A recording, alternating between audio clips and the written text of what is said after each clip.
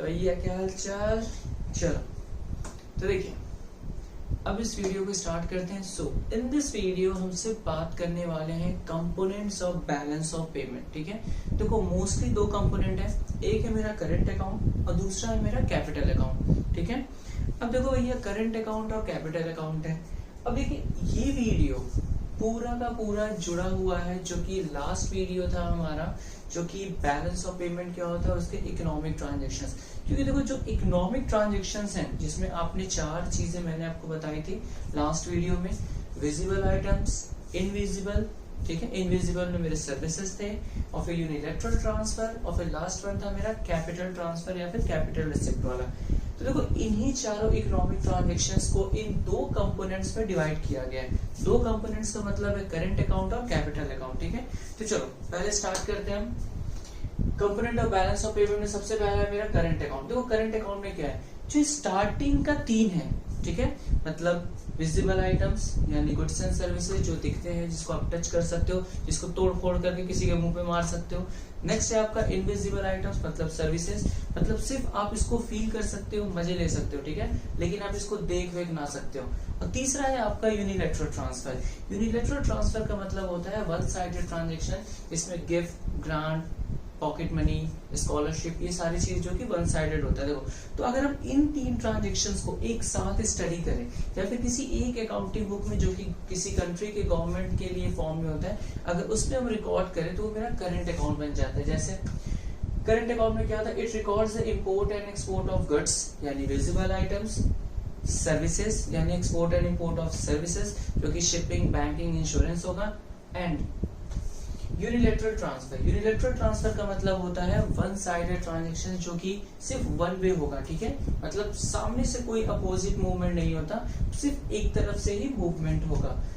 दूसरा it deals with the real and the short term transaction. देखो ये real transaction से डील करता है because we know that export and import of goods and services and unilateral transfer जो कि recurring nature होता है, ठीक है, जो कि अगेन एंड अगेन ईयर्स में रिपीट होते हैं। ठीक है, यही रियल ट्रांजैक्शंस होते हैं। और सिंपल शॉर्ट टर्म ट्रांजैक्शंस मतलब हम एक साल की बात कर रहे हैं, ठीक है, मतलब एक अकाउंटिंग ईयर या एक फिस्कल ईयर की हम बात कर रहे हैं। Next it is also called the actual transaction. देखो इसको एक्चुअल ट्रांजेक्शन भी कहा जाता है, क्यों?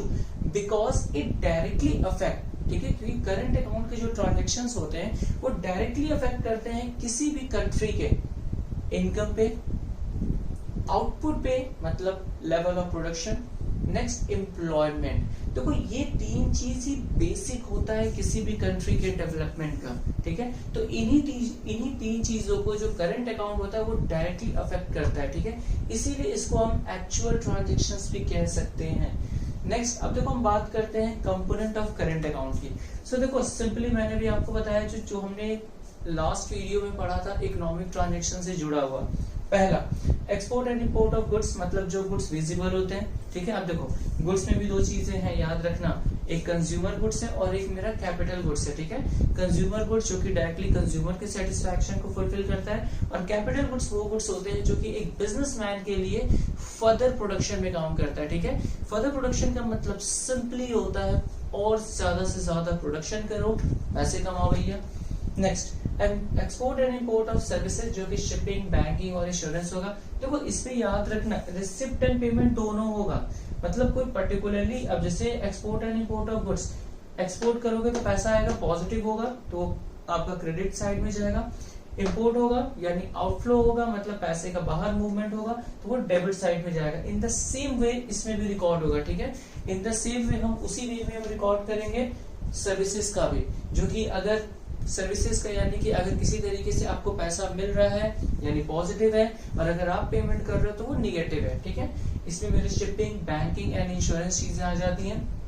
Next one is unilateral transfer जिसमें गिफ्ट, ग्रांट्स और किसी भी मतलब तरीके का अगर कोई ट्रांसफर पेमेंट होगा जो कि वन वे होना चाहिए। ठीक है, इसमें भी दोनों चीजें आएंगी, यानी अगर आपको बाहर से मिल रहा है यानी बाहर से तो मतलब फॉरेन कंट्री, राइट, और you can say that rest of the world, यानी रेस्ट ऑफ द वर्ल्ड से अगर आपको चीजें मिल रही हैं तो रिसिप्ट साइड में डाल दो। And if you are paying to the rest of the world, अगर आप पे कर रहे हो बाहर तो सिंपल सी बात है वो पेमेंट साइड में चला जाएगा। Okay, and the last one is investment income. देखो इन्वेस्टमेंट इनकम में क्या है, इंटरेस्ट, रेंट एंड प्रॉफिट। देखो ये सारी चीजें भी रेकरिंग नेचर होती है, ठीक है। इंटरेस्ट जो कि आपको monthly, yearly, half yearly, annually, whatever, ठीक है, या इवन क्वार्टरली मिल सकता है। And we know that rent हमें मंथली प्रॉफिट पे आता है, और profit according to the turnover या फिर ट्रांजेक्शंस के अकॉर्डिंग होता है, ठीक है। तो ये है करेंट अकाउंट और उसके कंपोनेंट्स।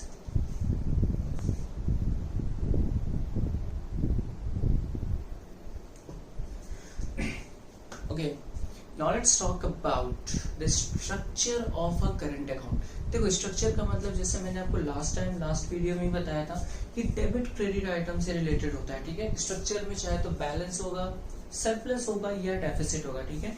बैलेंस होगा तो मतलब इक्विलिब्रियम फॉर्म कर रहा है, सरप्लस होगा तो आपको फायदा होगा, और अगर डेफिसिट होता है तो इसका मतलब है क्या, there will be a loss, ठीक है, लॉस होगा। अब देखो सबसे पहला क्या है करंट अकाउंट का, सिंपल, अगर क्रेडिट आइटम और डेबिट आइटम दोनों बैलेंस्ड होंगे, ठीक है, अगर दोनों बैलेंस हैं then there will be a balance in current account. Surplus कब होगा, सरप्लस सिंपल सी बात तब होगा जब मेरे क्रेडिट आइटम डेबिट आइटम से बड़ा होगा, ठीक है। क्रेडिट का मतलब होता है रिसिप्ट, पैसा आना या आपको इनकम होना या फायदा होना। तो सिंपल सी बात है, if there will be a more credit items in comparison to the debit item then it is known as a surplus in current account, ठीक है। अब सिंपल सी बात है, सरप्लस है तो क्या है, इनफ्लो, मतलब फॉरेन एक्सचेंज का इनफ्लो हो रहा है, ठीक है। मतलब simply you can say that कि रेस्ट ऑफ द वर्ल्ड से क्या हो रहा है, पैसे का इनफ्लो हो रहा है, पैसा आ रहा है। Next, deficit in current account, simply deficit का मतलब क्या होगा, जब पेमेंट ज्यादा होगा, ठीक है, यानी आप पेमेंट ज्यादा कर रहे हो इन कंपैरिजन टू द जो भी अमाउंट आप रिसीव कर रहे हो, ठीक है। So simply if there will be a more debit item in comparison to the credit item, then it is known as deficit in balance of payment, deficit in current account, and simply in deficit situation there will be a outflow of foreign exchange, ठीक है। deficit के situation में क्या होगा, outflow होगा foreign exchange का मतलब simply you can say that outflow का मतलब क्या होता है, पैसे का बाहर मूवमेंट होगा। देखो ये था करंट अकाउंट, ठीक है, जो कि सिंपल फॉर्म में था। अब हम बात करते हैं दूसरा कंपोनेंट जो कि मेरा कैपिटल अकाउंट, ठीक है। लास्ट वीडियो में हमने बात की थी इकोनॉमिक ट्रांजैक्शंस, ठीक है। इकोनॉमिक ट्रांजैक्शन में क्या था, इकोनॉमिक ट्रांजैक्शन में सिंपली क्या था, 4 आइटम्स थे, visible items, invisible, unilateral and capital transfer, मतलब capital receipt and capital payment, मतलब एसेट्स और liability.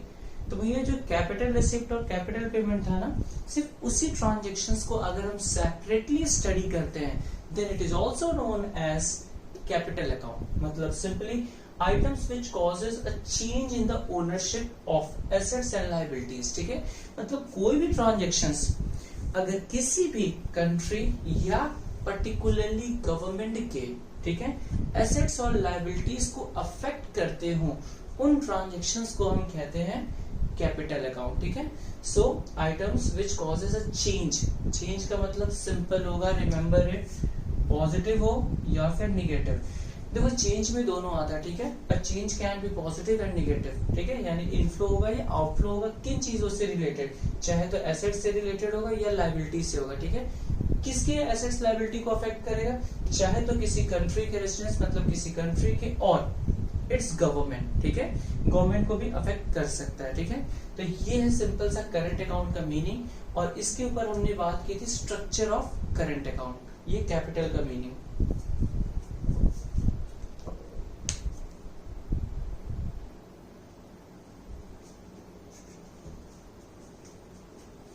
Okay, now let's talk about the component of capital account, ठीक है। देखो अब हम बात करते हैं कंपोनेंट ऑफ कैपिटल अकाउंट, मतलब सिंपल सी बात है, कैपिटल अकाउंट में क्या क्या चीजें आती हैं।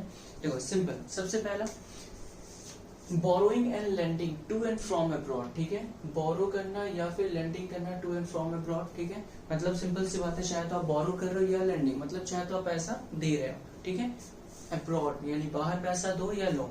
देखो सबसे पहला ट्रांजेक्शंस, यानी कि देखो अब वो ट्रांजेक्शन चाहे तो प्राइवेट सेक्टर के थ्रू हो या फिर किसी भी गवर्नमेंट के थ्रू हो, related to the borrowing from the abroad are recorded on the positive side. देखो सिंपल सी बात है, चाहे तो किसी भी कंट्री की, ठीक है, suppose that we are talking about in India, तो अगर कोई भी इंडियन के प्राइवेट सेक्टर हो या फिर गवर्नमेंट अगर बाहर से बोरो करती है, बाहर से का मतलब है अब्रॉड, ठीक है, अगर अब्रॉड से बोरो करेगी तो सिंपल सी बात है क्या होगा, there will be a movement of a foreign exchange जो कि आएगा। देखो अगर आप बोरो करते हो तो आपको पैसे का इनफ्लो होगा। देखो बस आपको ये कंसीडर करना है दैट हर एक ट्रांजेक्शन से, यानी कि जो भी ट्रांजेक्शन हो रहे हैं उससे पैसे का इनफ्लो हो रहा है या आउटफ्लो हो रहा है, ठीक है। अगर इनफ्लो होता है then simply that transactions will be recorded on the credit side, और अगर आउटफ्लो होगा then that transactions will be recorded on the debit side, मतलब जिससे पैसे का इनफ्लो होता है, ठीक है। तो देखो सिंपल सी बात है, इसमें वो सारे ट्रांजेक्शंस रिलेट मतलब रिकॉर्ड होंगे जो कि चाहे तो किसी प्राइवेट सेक्टर या किसी गवर्नमेंट ऑफ अ कंट्री, ठीक है। अगर वो बोरो करती है, यानी कि अगर पैसा बोरो कर रही है कहां से, अब्रॉड से, तो वो रिकॉर्ड होगा पॉजिटिव साइड मतलब क्रेडिट साइड, ठीक है। सिंपल सी बात है, क्योंकि वी नो दैट कि इसमें नॉमिनल का रूल लगेगा, ठीक है। तो नॉमिनल के रूल के अकॉर्डिंग क्या होगा, अगर किसी भी तरीके का इनकम या इनफ्लो होता है पैसे का, then that transaction will be recorded on the credit side. Next, receipt of such a loan and the repayment of a loan by the foreigners. अब सिंपल सी बात है, जो आप लोन रिसीव कर रहे हो, ठीक है, वो लोन हो या फिर रिपेमेंट हो रहा हो फॉरेनर्स के थ्रू, यानी कि अगर आपने लोन दिया होगा तो उससे आपको रिपेमेंट होगा। Next, transactions relating to the abroad are recorded as a negative or a debit side। और अगर मान लो ट्रांजेक्शन्स रिलेटेड है बाहर से, यानी मान लो सिंपल सी बात है, अगर आप किसी को लोन देते हो, ठीक है, जो कि lending abroad and repayment of a loan, यानी मान लो सिंपल सी बात है, अगर आपने बाहर से मतलब बाहर लोन दे रहे हो आप, मतलब आपका मतलब इंडियन गवर्नमेंट, ठीक है, या इंडियन कंट्री, अगर हमारी इंडियन या डोमेस्टिक कंट्री अगर बाहर लोन देती है या फिर किसी भी तरीके का रीपेमेंट करती है लोन का, रीपेमेंट का मतलब होता है सिंपली आपने पहले लोन लिया होगा, अब आप उसका पेमेंट कर रहे हो। तो सिंपल सी बात है, लोन लेने के बाद जब आप उस लोन का पेमेंट करते हो then that payment is known as repayment. तो सिंपली अगर इंडियन गवर्नमेंट लोन बाहर देती है तो इसका मतलब पैसे का आउटफ्लो होगा, then that transactions will be recorded on the debit side, ठीक है। अब हम बात करते हैं दूसरा, investment to and from abroad. अब चाहे तो भैया बाहर जाके इन्वेस्टमेंट करो, बाहर जाकर नहीं मतलब बाहर की कंट्री में इन्वेस्टमेंट करो, या फिर बाहर की कंट्री हमारे इन्वेस्टमेंट करे। Simply investment by the rest of the world. देखो अगर rest of the world investment करेगी तो क्या होगा, पैसे का इनफ्लो होगा, क्योंकि सिंपल सी बात है, बाहर की कंट्री हमारे कंट्री में आकर के इन्वेस्ट कर रही है। देखो जब हमारे इन्वेस्टमेंट करेगी तो पैसा खर्च करेगी, तो हमारे इंडियन गवर्नमेंट को क्या होगा, पैसे का मूवमेंट होगा, मतलब आएगा, then that transaction will be known as positive transaction। और ये ट्रांजेक्शन जो है सिंपल सी बात है, हमें कहां से आ रहा है, फॉरेन एक्सचेंज के थ्रू आएगा। Next, investment by the Indian residence and suppose that now the Indian residence, मतलब कि अगर इंडियन गवर्नमेंट या कोई प्राइवेट सेक्टर हमारे यहाँ की जाकर के अगर इन्वेस्टमेंट करती है बाहर, तो क्या होगा, आउटफ्लो होगा, निगेटिव इम्पैक्ट पड़ेगा। ठीक है, सिंपल सी बात है, अगर आप इन्वेस्टमेंट करते हो तो पैसा जाएगा, ठीक है। सो अगर आउटफ्लो होता है तो सिंपल सी बात क्या होगा, that transaction will be recorded on the debit side, ठीक है। दे लीड्स टू द आउटफ्लो। क्यों डेबिट साइड में होगा, क्योंकि भैया आउटफ्लो होगा। अगर आप बाहर कहीं पैसा इन्वेस्ट करोगे तो क्या होगा, पैसे का आउटसाइड में मूवमेंट होगा, ठीक है। ये दो है। अभी एक और हमारा जो कि कंपोनेंट है कैपिटल अकाउंट का, वो अभी है, ठीक है। तो ये आप स्क्रीनशॉट या नोट्स के लिए कर सकते हो।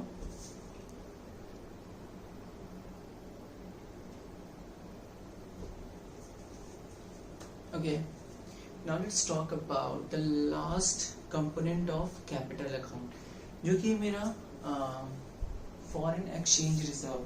देखो फॉरेन एक्सचेंज रिजर्व होता क्या, पहले ये समझ लो। देखो फॉरेन एक्सचेंज रिजर्व का मतलब सिंपली होता है क्या, फॉरेन एक्सचेंज यानी फॉरेन करेंसी। देखो गवर्नमेंट करती क्या है, जब फॉरेन करेंसी की value in comparison to the domestic currency कम हो जाती है, मतलब कह सकते हो कि फॉरेन करेंसी थोड़ी सस्ती हो जाती है, तो इंडियन गवर्नमेंट क्या करती है, फॉरेन करेंसी को काफी बल्क में खरीद के रख लेती है, ठीक है। और जब सही टाइम आने पर, मतलब जब फॉरेन करेंसी की वैल्यू बढ़ जाती है और उस कंडीशन में जब फॉरेन करेंसी की डिमांड होती है, देन दैट टाइम गवर्नमेंट क्या करती है, फॉरेन करेंसी या फॉरेन एक्सचेंज के फ्लो को बढ़ा देती है। तो simply you can say that कि जो फॉरेन एक्सचेंज है वो एक तरह से गवर्नमेंट के लिए क्या है, एसेट्स का काम करता है, ठीक है। मतलब पहले सस्ती है, खरीद के रख लो, और जैसे ही कीमत बढ़ेगा हम तुरंत उसका फ्लो मार्केट में बढ़ा देंगे, ठीक है। अब देखो फॉरेन एक्सचेंज की मतलब रिजर्व की मदद से गवर्नमेंट के लिए कैसे बोरोइंग और लेंडिंग मतलब इनफ्लो एंड आउटफ्लो का काम होगा। सबसे पहला, it is the financial assets of the government. देखो ये फाइनेंशियल एसेट्स है गवर्नमेंट का, मतलब कह सकते हो कि एक तरह से बहुत ही इंपॉर्टेंट एसेट्स होता है गवर्नमेंट का, ठीक है।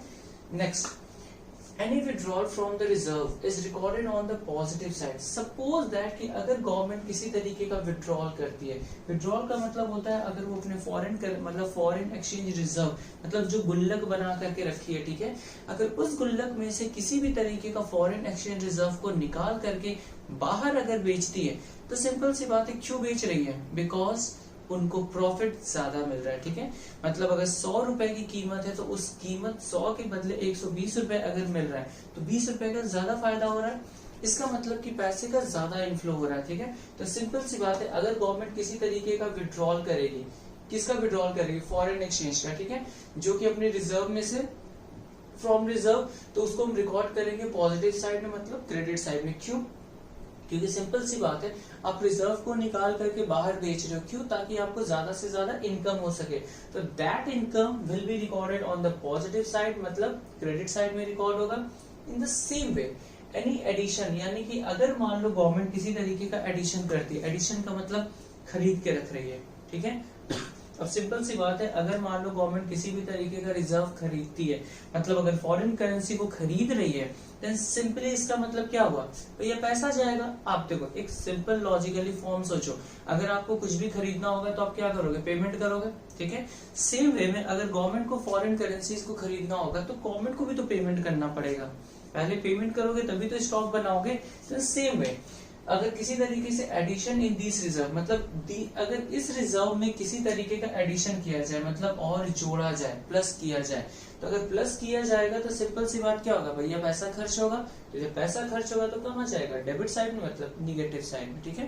तो ये थे 3 कंपोनेंट्स ऑफ कैपिटल अकाउंट।